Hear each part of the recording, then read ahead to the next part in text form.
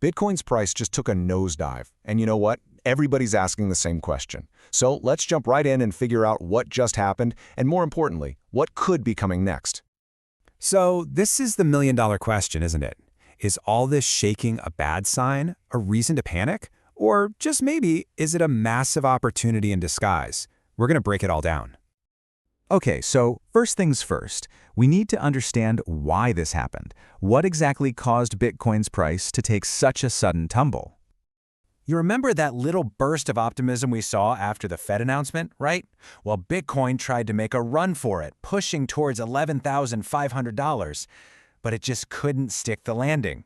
And that failed rally, it's what led directly to the sharp drop we're all talking about now. And this is the number that kicked the whole thing off, $111,500. Now, this wasn't just some random price point. Nope, this was a critical line in the sand. And once we broke below it, it was like a domino effect. But here's what's so interesting. The price didn't just fall off a cliff into nothing. It landed smack in the middle of what the pros call a demand zone. Think of it like a safety net, an area where, historically, buyers have shown up in force. The big question is, will they show up again this time? That drop triggered, well, look at this, a whopping $280 million. That's how much money in leveraged bets, we're talking long positions, got totally wiped out. This is a classic textbook long squeeze. And while a number like that looks scary, and it definitely stings for those traders, it's not necessarily a disaster for the market as a whole. In fact, you could almost see it as a healthy reset. It clears out all that risky, speculative leverage and can actually pave the way for a much stronger, more sustainable move up. Okay, but this is where the plot really thickens, because while all that drama was playing out with the leverage traders, a completely different story was unfolding just beneath the surface. And this slide lays it out perfectly. You've got two completely different forces at work right now. On one side, you have the futures market, and that's where the weakness is. You've got leveraged traders getting squeezed and forced to sell. But then you look at the spot market, where people are buying actual Bitcoin, and you see strong, aggressive buying. It's a real tug of war. And the on-chain data, it backs this up 100%. We're seeing evidence that big investors, especially from the US, weren't just nibbling, they were aggressively buying this dip. They saw it as a discount, and that heavy buying pressure pretty much created a floor, preventing the price from falling even further. And just look at this number, almost 96,000 Bitcoin. That's how much has been snapped up on the spot markets in the last month alone. This tells us that the dip buying isn't just a one-off reaction, it's a consistent, ongoing trend. And that, my friends, is a powerful sign. All right, so we've got two things happening, a huge leverage flush and super strong spot buying. It's a classic battle. So where do we go from here? Well, it looks like there are three main scenarios on the table.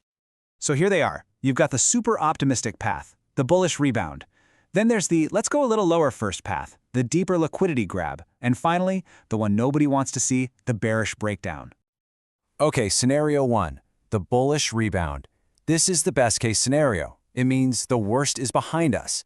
The price finds its footing right here in this demand zone, bounces back hard, and proves this whole drop was just about shaking out the gamblers.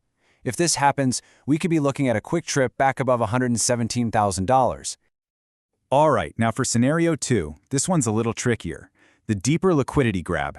Here the bounce isn't so strong. Instead, the price kind of drifts down, and it's got a target in mind, $107,200. Now, why that specific number? Because that level is like a magnet for what's called external liquidity. And when I say it's a magnet, I mean it. Check this out, $3 billion.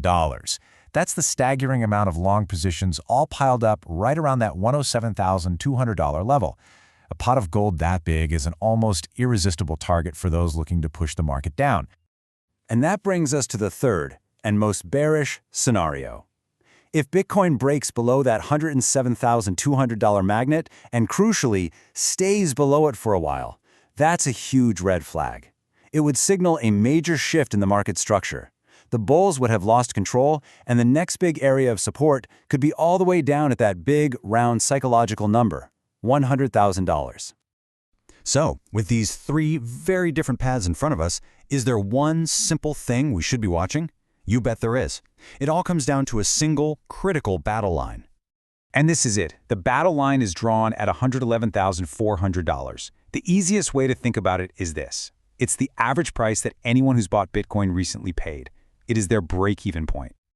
And honestly, the rule here is dead simple. If the price can get back above this line and stay there, it's a show of strength for the bulls. But if we're stuck trading below it, it means all those recent buyers are in the red, and that's trouble. This is the line in the sand. So that's what it all boils down to. Who's going to win this fight for the battle line? Is it going to be the aggressive spot buyers who keep accumulating no matter what? Or is it going to be the bears pushing for that deeper correction to grab that massive $3 billion prize? The answer to that question is probably going to decide Bitcoin's next big move.